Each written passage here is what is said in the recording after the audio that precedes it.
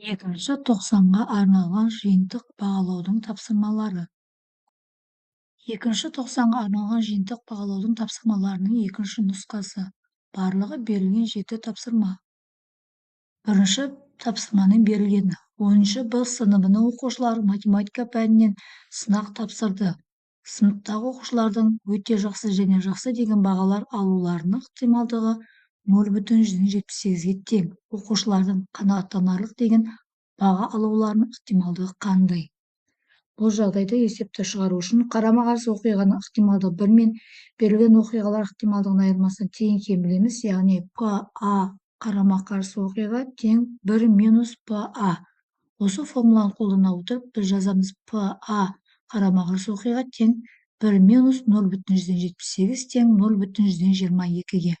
Олай болса, бірінші тапсырманың қанағаттанарлық деген баға алуының ықтималдығы 0,22-ге тең екен.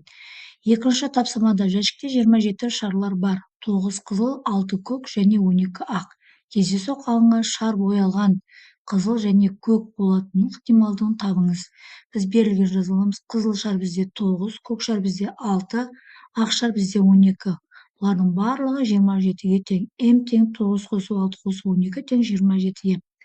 Бірінші оқиға бойынша бізде қызыл және көк болатынның ықтималдығын табуымыз керек. ПА оқиғасы 27-ден 9 қызыл. Қызыл шарымыз 27-ден 9, ол деп отырғанымыз 9 қысқартсақ 3-тен 1-ге тең. Және көк.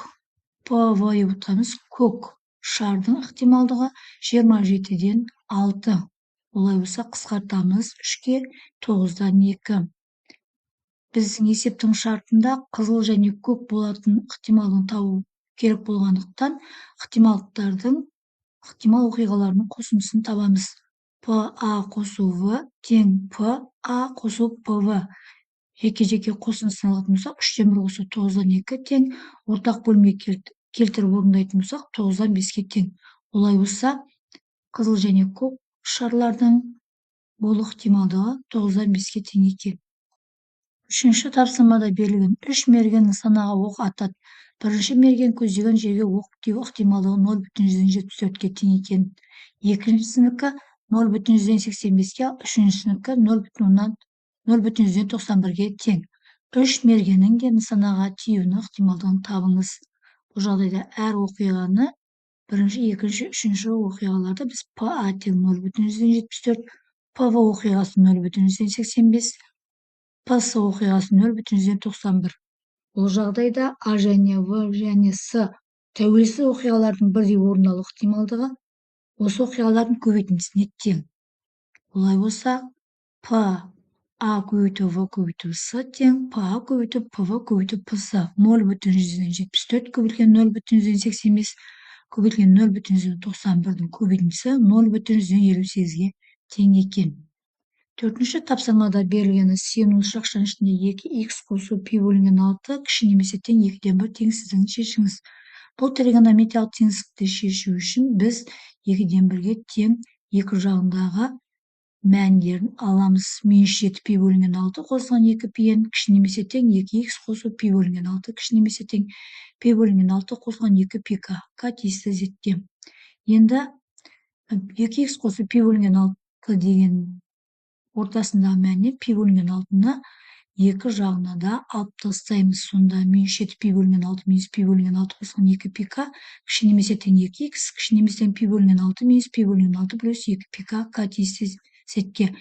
Бұл сол жағында екеуі де минус болғандықтан бұл бөлшектер қосылып -8 пи бөлінген 6-ны береді және оны біз 2-ге қысқартып жіберсек 4 пи бөлінген 3-ге тең. Сонда -4 пи бөлінген 3 қосылған 2 пи к кіші немесе тең 2х тең пи бөлінген 6 мен оң жағында пи бөлінген 6 минус пи бөлінген 6 бізде 0-ді береді. Сонда қалады екен 2 пи к. Енді х теңсіздігін шешу үшін х-тің мәндерін табу үшін біз екі теңсіздіктің екі жақ бөлігінде 2-ге бөліп жібереміз. Сонда -пи бөлінген 4 -4 пи бөлінген 3 қосылған 2 пи к-ны бөлеміз 2-ге және оң жағында 2 пи к-ны бөлеміз 2-ге.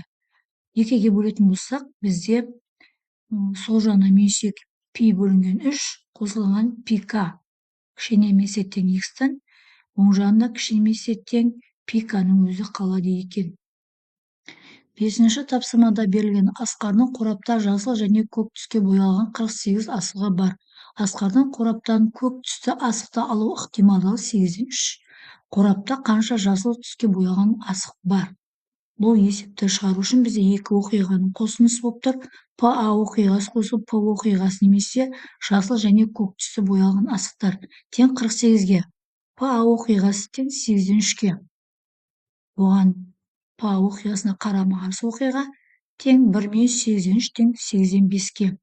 Олай болса, біз ықтималдықтың формуласын қолданатын болсақ, бұл тең 1-8-ден 3 көбейтілген 48. Шақшаның ішінен бізде 8-ден 5 шығады, оны 48-ге көбейтетін болсақ, 30-ға тең. Олай болса, жасыл асықтар 30-ға тең екен.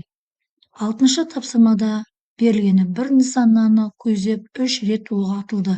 Бірінші рет атылған оқтың 25%, екінші рет атылған оқтың 20%, үшінші рет атылған оқтың 45% нысанаға дәл тимеді. Табыңыз А. Нысананы көздегенде атылған оқтың дәл біреуінің тимеуінің ықтималдығын, бұл жағдайда кемінде біреуінің дәл тию ықтималдығын. Біз бұл жағдайда әр оқиғаны ПА оқиғасы, бірінші оқиғаны ПА оқиғасы деп 25%-ді ондық бөлшекке айналдырдық. Онда 0,25-ке тең. Екінші оқиғаны ПВ-ны 20%, оны ондық бөлшекке айналдыратын болсақ, 0,2-ке тең. Үшінші оқиғаны ПС оқиғасы тең 45%, оны 0,45 жай бөлшекке айналдырдық. Ондық бөлшекке айналдырдық. Осы жерден оқиғаларға қарама-қарсы оқиғаларды табамыз. ПА тең 1-0,25-ті алып тастасақ, 0,75. ПВ қарама-қарсы оқиғасы оқиғасына 1-0,2 алып тастаймыз, 0,8.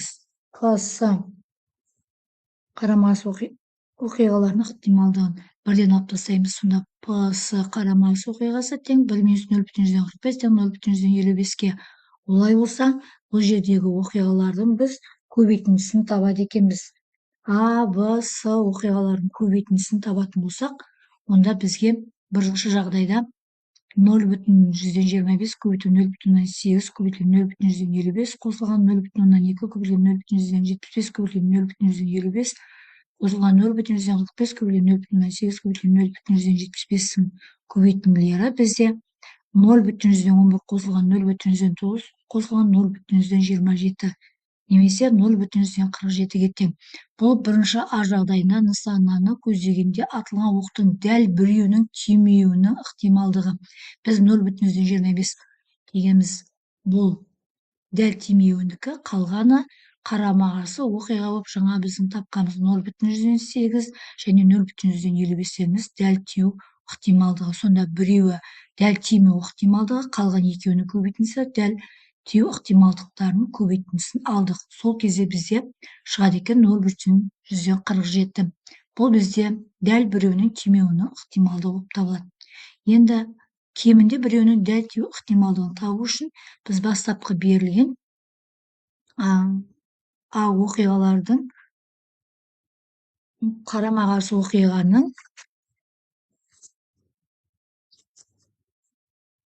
қарама-қарсы оқиғаның ықтималдығы 1 мен берілген оқиғаның ықтималдығының айырмасына тең деген формуланы қолдана отырып, ПА тең 1-0,25 көбейтілген 0,2 көбейтілген 0,45-ің көбейтіндісін алып тастайтын болсақ, онда 1-0,3 тең 0,97-ге.